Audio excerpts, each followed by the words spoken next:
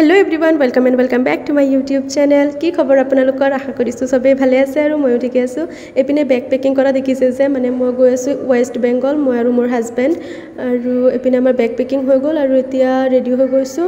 একেবাৰে কমফৰ্টেবল কুৰ্তা এটা পিন্ধি লৈছো পাতল চাই গৰম বহুত আৰু বহুত টাইম ট্ৰেইনত থাকিব লাগিব সেই কাৰণে আৰু এতিয়া ৰাতিপুৱা 5টা বাজিছে আমি ঘৰৰ পৰা ওলাই দিছো আৰু টমটমত গৈ আছো নগাঁওলৈকে যাম টাউনলৈকে আৰু ইপিনে যে একেবাৰে দিন আন্ধাৰ হৈ গৈছে বহুত বেছি বৰষুণ দিছিলে বৰষুণখিনি ৰেকৰ্ড কৰিব নোৱাৰিলো কাৰণ টমটমত গৈছো না ইমান বেছি বৰষুণ দি আছিল সব তিতি গৈ আছিল বেগ চেক হাতত লৈ লৈছিলো সেই কাৰণে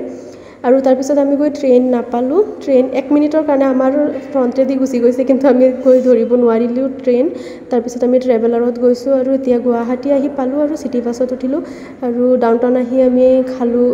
গোবিন্দামত গৈ ছোলে ভটোৰে আৰু ঢোকলা লৈছিলো কাৰণ আমি ঘৰৰ পৰা একো খাই আহা নাছিলো আৰু ভাবিছিলো ট্ৰেইনত কিবা খাই লম নহলে ষ্টেচনত কিবা খাই লম আৰু ট্ৰেইনটো 10 মিনিট সোনকালে গুচি গল সেইকাৰণে আমি খাব নোৱাৰিলো সো গুৱাহাটী আহিয়ে খালো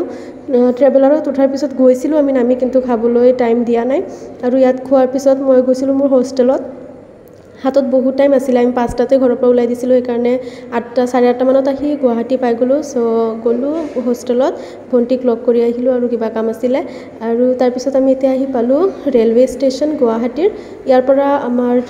সৰাইঘাট এক্সপ্ৰেছ আছে ওয়েস্ট বেংগললৈকে বৰ্ধমানলৈকে আছে আমাৰ আৰু এপিনে এতিয়া আমি আহিছো ইয়াত আৰু ফাৰ্স্ট টাইম এনেকৈ ইমান দীঘল জাৰ্নিৰ কাৰণে আমি গৈ আছো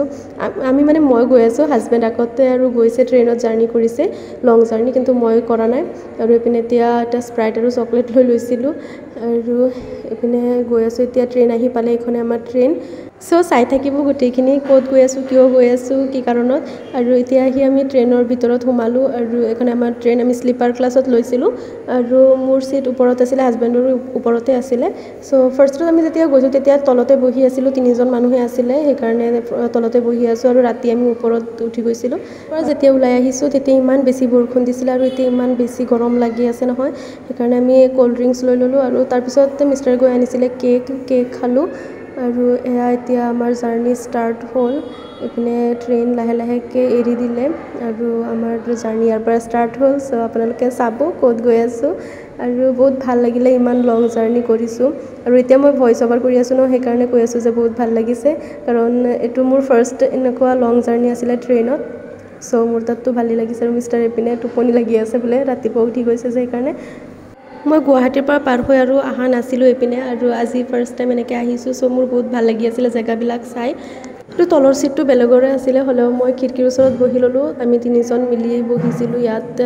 এটা সিটত বহি আছিলো দিনত তেনেকৈ একো প্ৰবলেম হোৱা নাই আমি মিলাই লৈছিলো আৰু এনেকৈ খিৰকিৰ ওচৰত মই বহি লৈছিলো মানুহ এজন আছিল তেওঁ একো কোৱা নাই সো ইয়াত বহি মই দৃশ্যবিলাক চাই আছিলো ইমান ধুনীয়া লাগিছে মোৰ তাত এইবিলাক চাই ইমান ধুনীয়া চাহ বাগান আছিল বহুত ভাল লাগিলে চাই আৰু এতিয়া যে লাহে লাহে অকমান বৰিং লাগি আছে আৰু মোৰ বহুত বেছি পেট বিষাই আছিল সেইকাৰণে আৰু এইবিলাক চাই যে মোৰ বহুত গ্ৰীনাৰীবিলাক চাই বহুত ভাল লাগি আছিল আৰু নদী পালো শৰাইঘাট দলং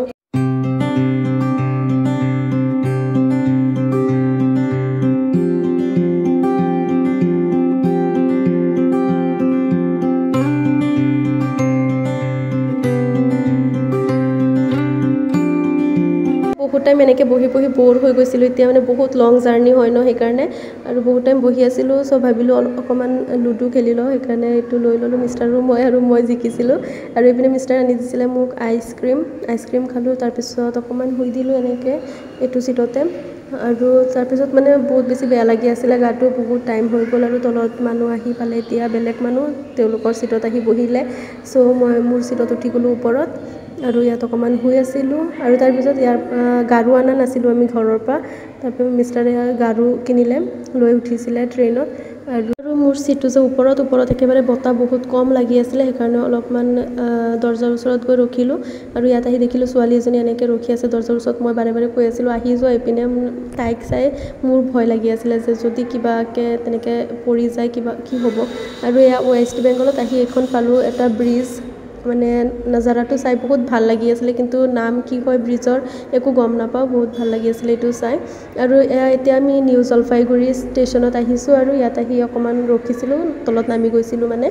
আৰু তাৰপিছত আমাৰ খানা আহি গ'ল অৰ্ডাৰ দি দিছিলে মিষ্টাৰে তেওঁ লৈছিলে এগ